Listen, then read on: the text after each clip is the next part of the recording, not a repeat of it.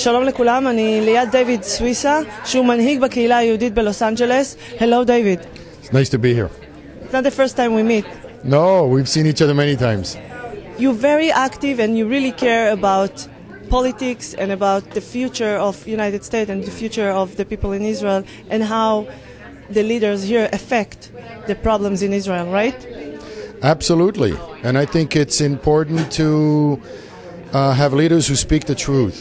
And sometimes the truth is very painful to hear. And I think too often when it comes to Middle Eastern politics, the politicians and the diplomats have a habit of hiding the painful truth.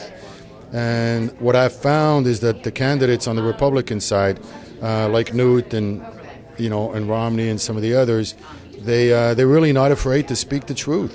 And I think right now more than ever, it's very important to be realistic about what can be accomplished with the peace process. And if the answer is that we cannot accomplish very much right now and we have to be realistic, then that's the answer.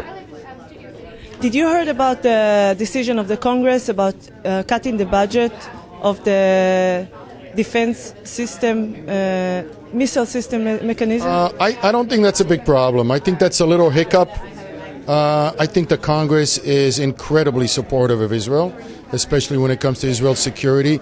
So I don't anticipate any problems with that at all. I think for no matter who is in the White House, I think you will see that the security support for Israel will be extremely strong and it will stay strong. I'm not going to ask who you're going to vote for, but I'm going to ask, what do you think about the decision that Gingrich said about the first thing that he's going to do in the White House is going to move the embassy from Tel Aviv to Jerusalem? Well, we've heard it many times, and I think it's the first time that we've seen a presidential candidate who really means it. When is it going to finally happen? Jerusalem is the capital of the Jewish people. It's the capital of Israel. And it needs to happen sooner or later. We need to speak the truth to the world, to the Arabs, to the Europeans, to the United Nations. We need to speak the truth.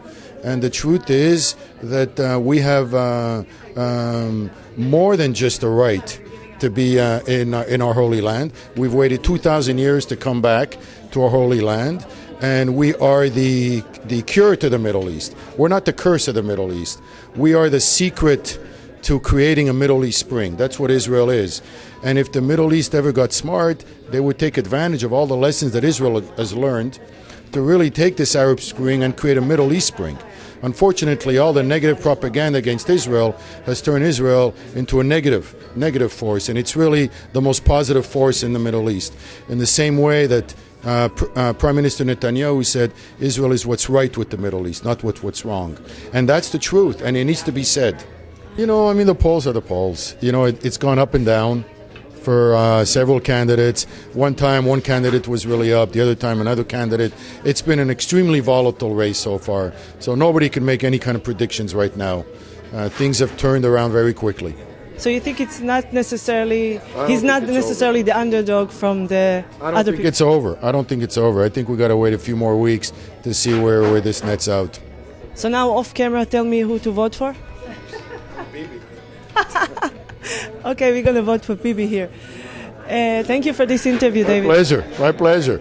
Hello to all my family in Israel. Yashar Koach. Thank you. Zaku Baruch. Thank you.